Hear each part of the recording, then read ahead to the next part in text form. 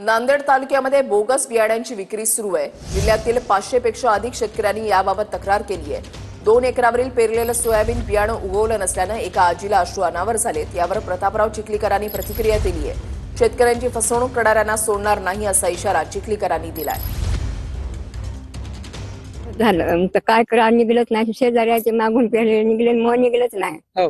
निघालं नाही। आता याच बोटानं पेरले तर ते काय करू, आता त्याचं याच का न देऊ, काय करा। कोणी कोणी कोणाला द्यायला का मला आता फाशी घेऊ की काय जीव देऊ, काय करू आता, कसं करू। इतका खर्च करून निघाला का नाही असं म्हणालो। काय करू आता, कसं करावं, आता काय करा।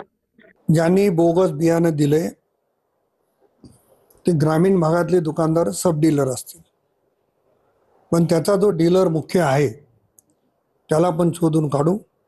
उद्या अधिवेशनामध्ये या संदर्भात राज्याचे कृषी मंत्री कोकाटे साहेबांना बोलेल, त्यांच्यावर निश्चितपणाने कारवाई होईल। आणि कितीही मोठा आणि कोणाचाही कोणी असेल, शेतकऱ्यांची फसवणूक केली त्याला सोडणार नाही, एवढं या ठिकाणी नक्की सांगणार आहे।